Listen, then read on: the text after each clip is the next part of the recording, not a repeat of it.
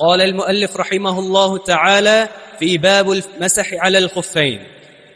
عن المغيرة بن شعبة رضي الله عنه قال: كنت مع النبي صلى الله عليه وسلم في سفر فأهويت لأنزع خفيه فقال: دعهما فإني أدخلتهما طاهرتين، فمسح عليهما. وعن حذيفة بن اليمان رضي الله عنهما قال: كنت مع النبي صلى الله عليه وسلم فبال فتوضأ ومسح على خفيه. باب المسح علی الخفین، یہ ایک نیا موضوع ہے جس کا معنی مسح کرنا خفین پر، خفین پر مسح کرنا۔ خفین سے مراد کیا ہے؟ وہ چیز جو پاؤں میں پہنی جاتی، وہ جوتا ہو، جرابیں ہوں، کپڑے کی ہوں، چمڑے کی ہوں، ریشمی ہوں، سوتی ہوں، موٹی ہوں، باریک ہو، کیونکہ کتب سنہ سے تقریباً ان تمام چیزوں کا اس بات ملتا ہے، تو جوتوں پر، موزوں پر، باریک ہو، موٹے ہوں، مسح کرنا پیغمبر علیہ السلام کے عمل سے اور آپ کی شریعت مطہرہ سے ثابت ہے۔ یہ ایک رخصت ہے، رخصت قبول کرنی چاہیے۔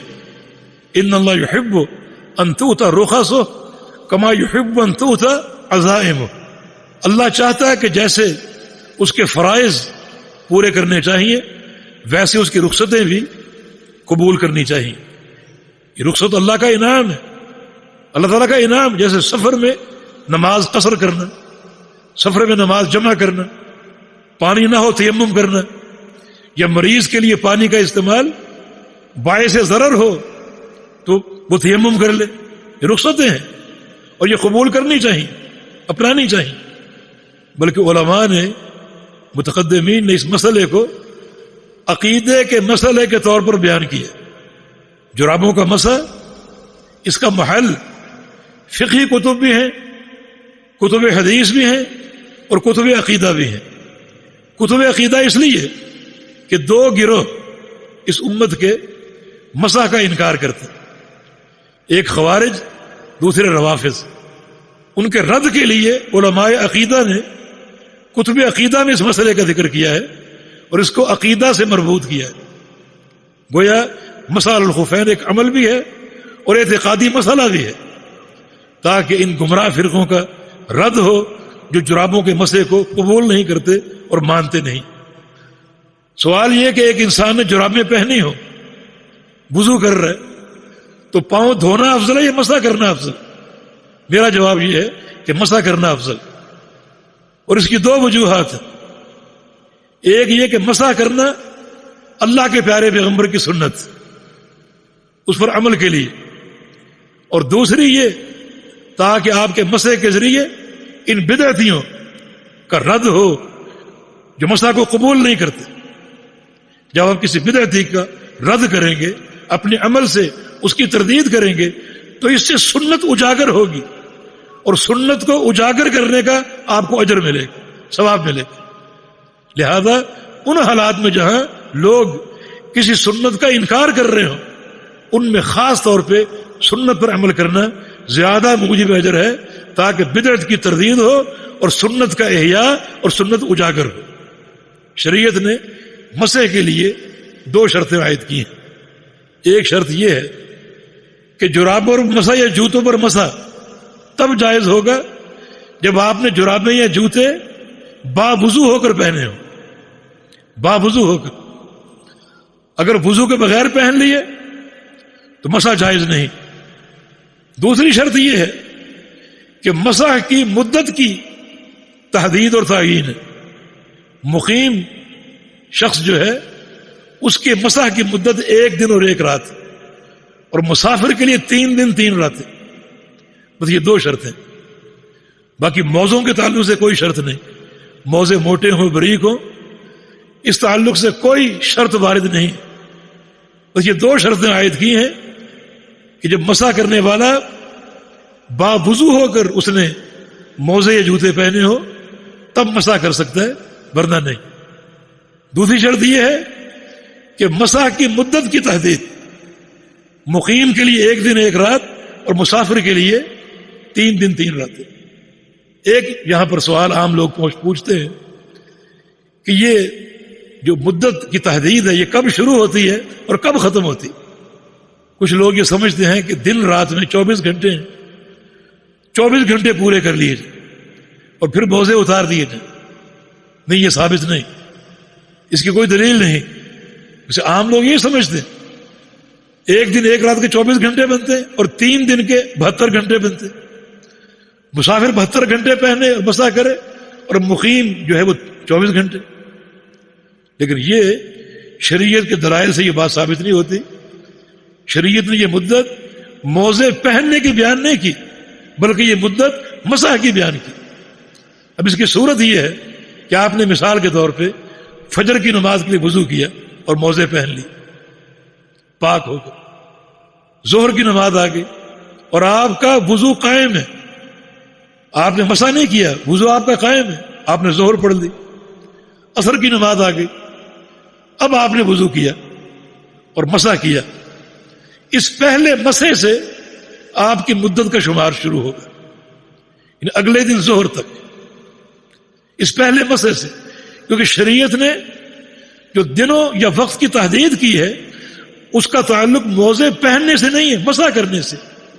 تو پہلے مسح سے لے کر جو ہے وہ آخری مسح تک، جب یہ پورا دن مکمل ہوگا، یعنی اگلے دن ظہر تک جو آپ کا وقت مکمل ہوگا، تو یہ آپ کے وقت کا آغاز جو ہے فجر کی نماز سے نہیں ہو رہا بلکہ ظہر کی نماز سے ہو رہا ہے، آپ کے پہلے مسح سے. چنانچہ آپ نے اب پہلا مسح کر لیا، اب آپ نے پورا دن اور رات مکمل کرنا. کیونکہ رسول اللہ صلی اللہ علیہ وسلم نے یہ توقیت مسح کے لیے بیان کی ہے، نہ کہ موضوع کے لیے. فرمایا دل مقیم ہے یوم و لیلہ، کہ مقیم کا مسح ایک دن اور ایک رات کا، تو یہ مدت مسح کی ہے نہ کہ موضوع کی. اور مسافر کا مسح 3 دن اور 3 راتیں، یہ مدت مسح کی ہے نہ کہ موزے پہننے کی. تو حدیث کا ترجمہ فرماتے ہیں کنت مع النبی صلی اللہ علیہ وسلم فی سفر.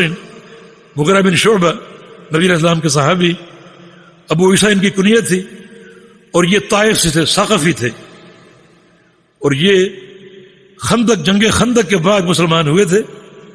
اور پھر اس کے بعد جتنے جنگیں تھیں جیسے حدیبیہ اور دیگر فتوحات اس میں شریک تھے.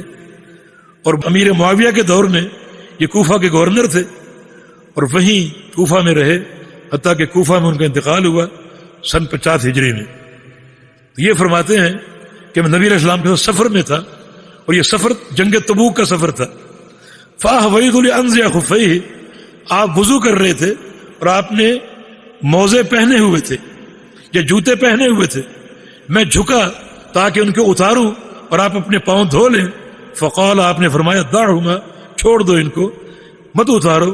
فإنی ادخلتہما طاہرتین، کیونکہ میں نے یہ پہنے تھے پاک ہو کر اور باوضو ہو کر. تو آپ نے یہ نہیں بتایا کہ موزے کیسے ہوں، جوتے کیسے ہوں، موٹے ہوں باریک ہوں، یہ نہیں بتایا، بلکہ یہ بتایا کہ پہنو پاک ہو کر اور باوضو ہو کر. اس شرط کا اہتمام ہوگا. ہاں، عن حذیفہ بن الیمان رضی اللہ عنہما قال كنت مع النبی صلی اللہ علیہ وسلم. حذیفہ بن الیمان دونوں باپ بیٹا مسلمان تھے، صحابی تھے، اس لیے رضی اللہ عنہما، اللہ ان دونوں سے راضی ہو جائے. كنت مع النبی صلی اللہ علیہ وسلم، میں رسول اللہ صلی اللہ علیہ وسلم کے ساتھ تھا. یہ واقعہ سفر کا نہیں ہے بلکہ مدینہ منورہ ہی کا ہے.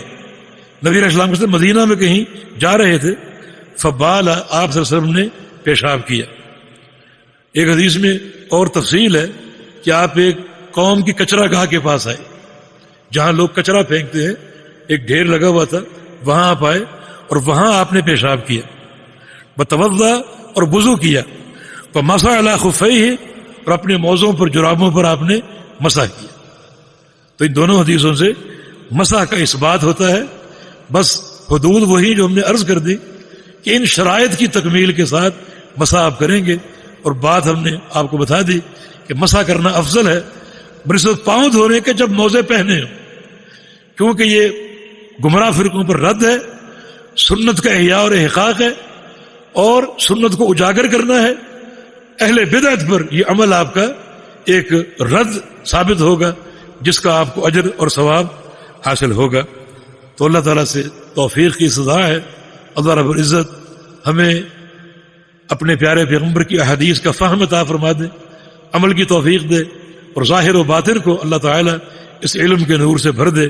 اقول قولی ھذا واستغفر اللہ لی ولکم وآخر دعوانا ان الحمد للہ رب العالمین.